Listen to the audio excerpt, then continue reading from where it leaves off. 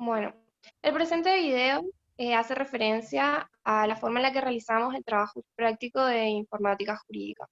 Los integrantes del grupo somos Rionato Sheila, Riquelme Adriana y Salazar Facundo. En primer término, vamos a hablar sobre la relación que existe entre los conceptos de la comunicación y la información. La comunicación es un proceso a través del cual el emisor si el emisor envía un mensaje que es captado por el receptor, ese mensaje transmite lo que es la información. La información se refiere a un conjunto de datos procesados que, un conjunto de datos procesados que cambian el estado de conocimiento de la persona. Es ahí en donde se da la relación que existe entre uno y el otro, que la información es un componente de la información, de la comunicación, perdón. Bueno, el siguiente ítem son los 5 axiomas de la comunicación, a los cuales hace referencia mi compañera Rigonato. Bueno, Paul Watzlawick hablaba de que existen 5 axiomas dentro de la comunicación, pero para referirnos a este tema debemos entender qué es un axioma. Un axioma es una verdad evidente, algo que no requiere de demostración, sobre lo cual se construye y se sustenta un cuerpo de conocimiento. Uno de los 5 axiomas que nombraba este autor es la imposibilidad de comunicar. Decía que no hay nada que sea contrario a la y que por ende para el ser humano le era imposible de comunicarse. Otro de los axiomas a los que se refería eran los niveles de contenido y las relaciones de la comunicación. El autor habla de que influyen 2 aspectos, el referencial y el conativo. El referencial se refiere al contenido del mensaje y el segundo hace referencia a la relación que existe entre los interlocutores. El otro axioma es la puntuación de la secuencia de los hechos. Es decir, que quienes participan en la interacción necesariamente puntúan la secuencia de los hechos diariamente. Otro de los axiomas es la comunicación digital y análoga. La comunicación digital se refiere al lenguaje en sí y en cómo nos expresamos. Ya sea porque los objetos pueden ser expresados mediante signos que no guardan relación con o una semejanza estructural con dicho objeto. Mientras que la comunicación análoga hace referencia a todo lo que es una comunicación no verbal. Otro de los axiomas es la interacción simétrica y complementaria. Esto hace referencia a las relaciones basadas en la igualdad. Los participantes igualan su conducta y su decisión. Y puede crearse simétrica. Y como una segunda cuestión, la de uno de los participantes complementa la del otro.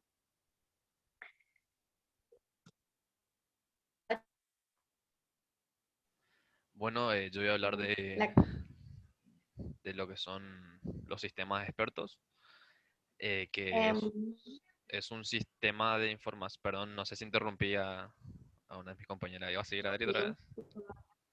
sí. Ah, también no, seguí, seguí. Bueno, sigo. Suele pasar. Bueno, el siguiente ítem a analizar es el impacto que tienen las tecnologías de la comunicación y la información en el hombre y su entorno, las conocidas TICs. Bueno, dado el avance de la tecnología en estos días, el impacto que tiene va creciendo conforme al avance de las TICs. Básicamente, la tecnología de la comunicación y la información impactan el hombre porque simplifica las actividades que tiene, dado que se logra acceder de manera más fácil y sencilla a una inmensa fuente de información. La información se puede decir que, o sea, se pueden procesar los datos y también existe un gran número de canales de comunicación. Y dado que el hombre es un ser social, eso también impacta en el mismo, porque ayuda a simplificar ese aspecto de la vida del hombre. Luego, también debemos hablar de a qué se refiere la revolución virtual. La revolución virtual es básicamente a cómo el Internet ha cambiado la vida de los hombres, como tiene una relación también con las TICs, esta revolución, y además se puede decir que la revolución virtual trae una nueva forma de relacionarse de una manera más simple, accesible, gratuita, y eso es básicamente. Después, cuando hablamos del origen y la evolución de Internet, bueno, tenemos que remitirnos básicamente a los años 60, en donde se utilizaban redes básicamente en los sistemas de defensa. El DEPRA, que era una agencia de proyectos de investigación de Estados Unidos, creó lo que se denominaba el ASPER, que sería la primer conexión experimental.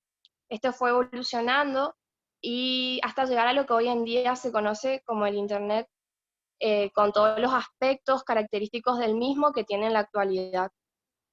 Luego nos remitimos a lo que es el derecho informático, el origen y la evolución. Bueno, el derecho informático básicamente comienza a surgir por la necesidad de automatizar los contenidos jurídicos. Esta idea surge en los Estados Unidos y a partir de un proyecto en donde se busca relacionar la cibernética con el derecho, comienza a surgir esta rama. Hoy en día se puede clasificar al mismo entre el derecho informático y la informática jurídica, a lo cual hará referencia a mi compañera Rionata.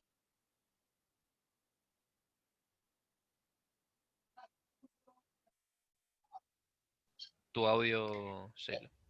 Sí, como decía, puede clasificarse en derecho a la informática y la informática jurídica.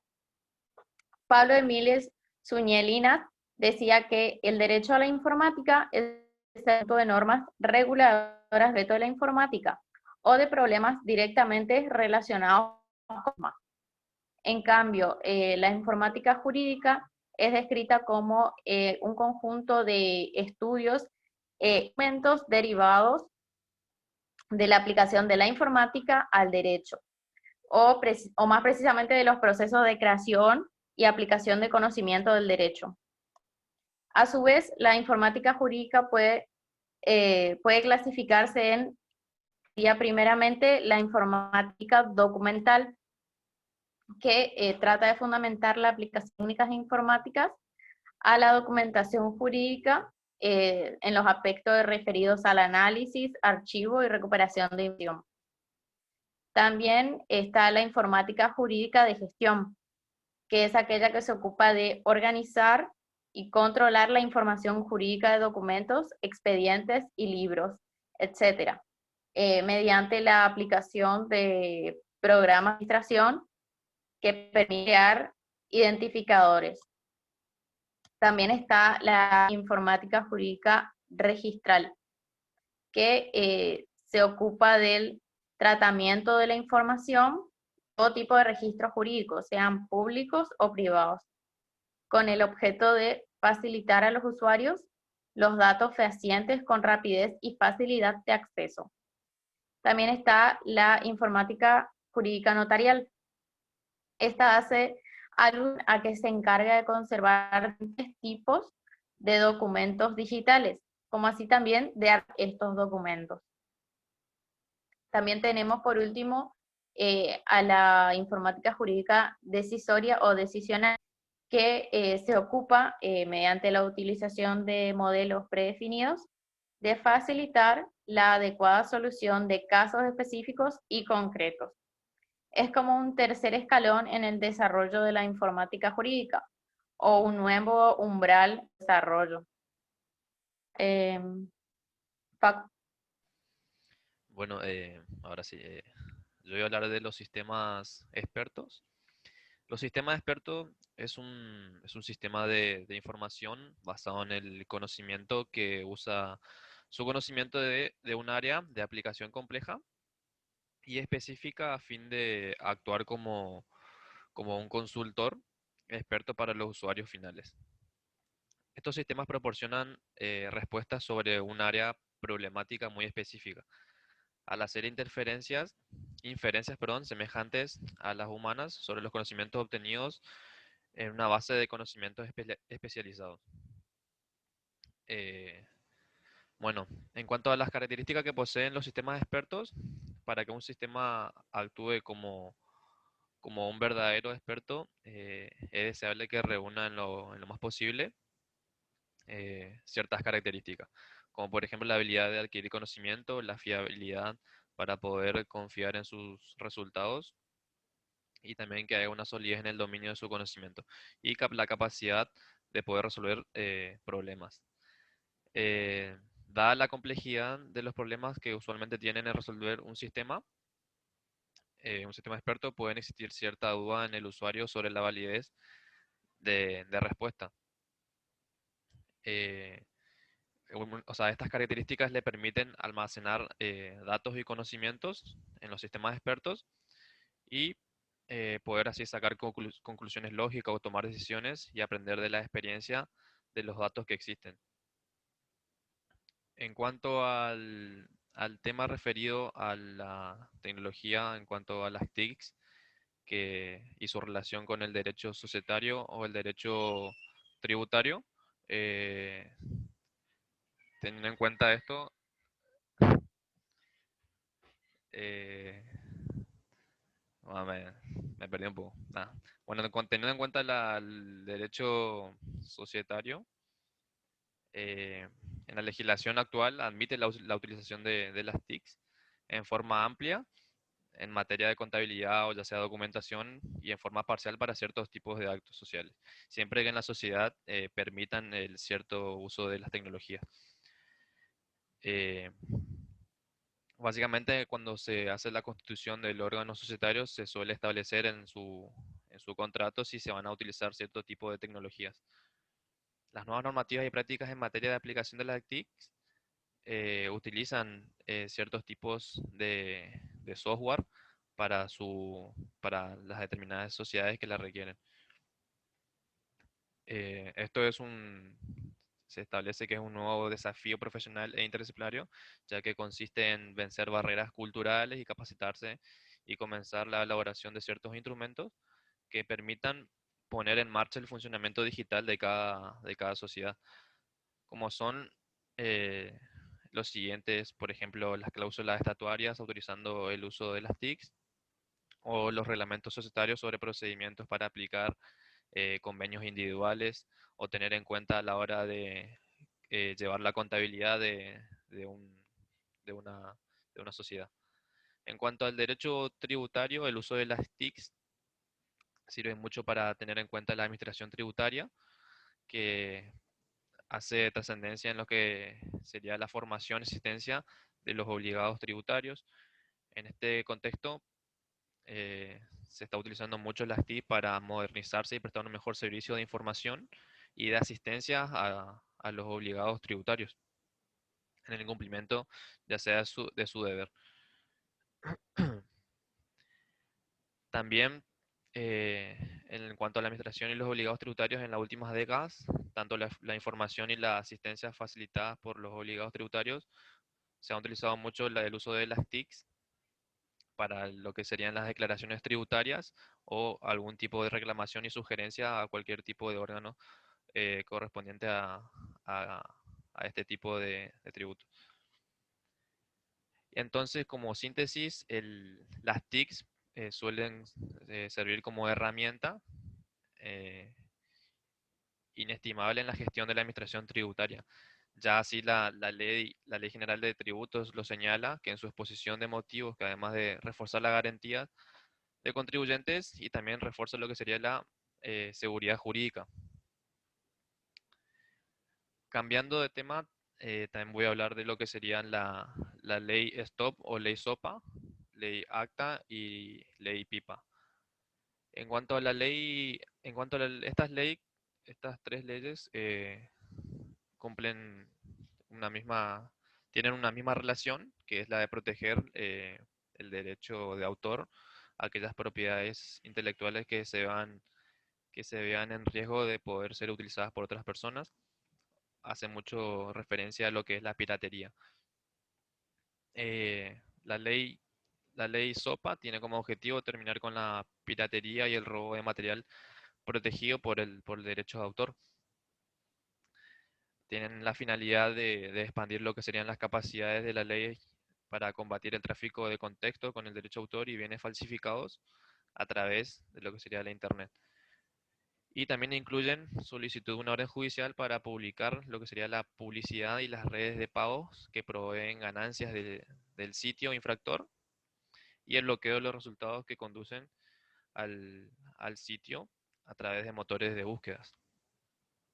Y como decía, que uno de los principales objetivos es la protección de los ingresos de los creadores de contenido, es decir, proteger los derechos de autor del material que se encuentran en la web y con ello poder frenar lo que sería la piratería virtual. Sin embargo, existen opositores que afirman que la legislación propuesta amenaza lo que sería la libertad de expresión, la invasión, la inversión y las innovaciones en Internet, eh, ya que esto capacita a la justicia a bloquear a lo que sería el acceso a un dominio completo por una infracción única en una página web. En cuanto a la ley PIPA, la ley PIPA también tiene por objetivo brindar lo que sería a los titulares de derechos de autor herramientas adicionales para restringir lo que sería el acceso a aquellos sitios web dedicados a infringir o falsificar bienes. Vendría a ser una versión reescrita de la ley SOPA. Eh, Esta ley tiene como iniciativa promover lo que sería el otorgamiento de más herramientas para supervisar eh, lo que serían las páginas web que infringen o trafiquen datos que puedan perjudicar el derecho de autor, siempre tratando de combatir lo que sería la piratería virtual. Y en cuanto a la ley ACTA, este es un acuerdo internacional que propone la protección de la propiedad intelectual en Internet, con el fin también de disminuir lo que sería la piratería virtual. Y también esta ley declaró en crear un nuevo estándar de aplicación de propiedad intelectual, más allá de los estándares ya existentes, en el acuerdo sobre los aspectos de los derechos de propiedad intelectual relacionados con el comercio, para poder así incrementar lo que sería la cooperación internacional, incluyendo compartir información entre las agencias policiales de los países que han firmado esta ley. Eh, Voy a pasar a otro tema que sería lo que es la red profunda o conocida como la Deep Web. En cuanto a la red profunda, se entiende por red profunda aquella red que no está indexada por los buscadores o directorios.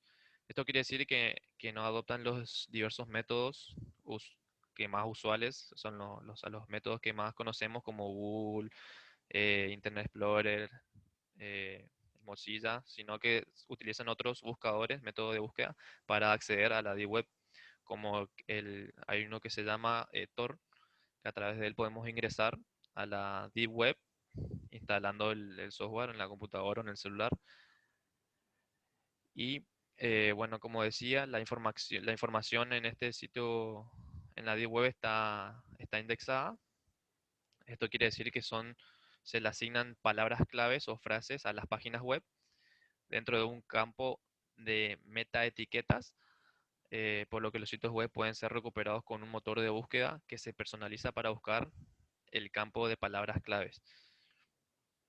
En la red profunda, ello no sucede, ya que son páginas como por ejemplo base de datos que su contenido no pueden ser revisados por los buscadores y por lo tanto no existe un resultado de búsqueda. O sea que cada vez que buscamos en, en buscadores normales sobre la Deep Web vamos a encontrar solamente información de qué se trata, pero nunca podemos encontrar o sea, en la Deep Web podemos encontrar mucha más información de lo que podemos encontrar en los buscadores normales. Eh, en cuanto a las características de la Deep Web, bueno, posee entre un 400 y 500 veces más información que una web normal. un 95% de la red profunda es de información accesible al público, es decir, que no hay que pagar nada por ella y hay más de 200 millones de sitios web asociados a la Deep Web. En cuanto a la relación contenido de calidad, es alrededor de 1000% respecto a la web superficial. Y eso es todo. No sé si alguien más quiere aportar algo. No, Bueno, Nada entonces más para agregar. aquí finalizaríamos nuestra exposición sobre el primer trabajo práctico número 1.